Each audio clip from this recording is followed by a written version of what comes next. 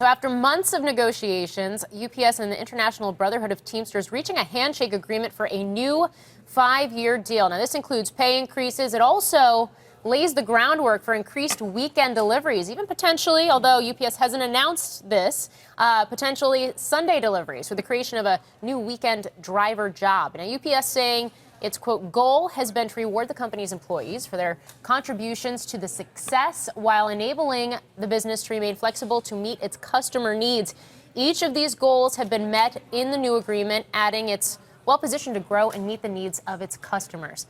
Now, this tentative deal, covering roughly 250,000 workers, mostly drivers and package handlers, but it makes it one of the biggest collective bargaining agreements in the U.S. Now, keep in mind, we still have some details that need to be worked out. The two parties are also still negotiating an agreement for about 11,000 UPS freight employees, which the company does says it's, quote, confident will happen. And then the agreement has to get ratified by employees. But this, if and when it does get approved, will mean that we're thwarting at UPS the potential for a strike, which, if that had gotten to that point, would have been the first in decades. You take a look at shares of UPS. They are off the highs of the day, but still ending the day up about 0.25%. Kelly? How much, Morgan, do we know how much a wage hike they're getting as part of this agreement? Part-time workers are getting an increase. Full-time workers are getting an increase. And then there's this special category that's been created with specifically with wages around the weekend work as well.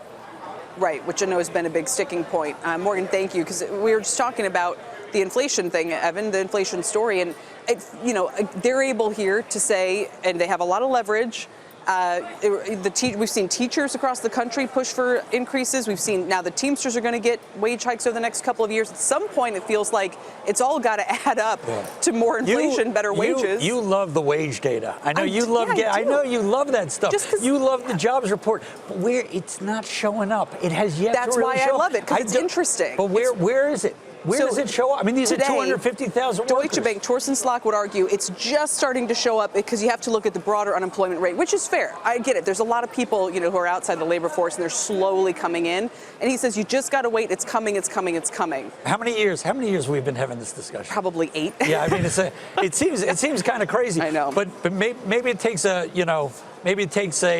oil price shock or something like that to bring back the inflation. I still think it's coming. The labor market's too tight. Hey there, thanks for checking out CNBC on YouTube. Be sure to subscribe to stay up to date on all of the day's biggest stories. You can also click on any of the videos around me to watch the latest from CNBC. Thanks for watching.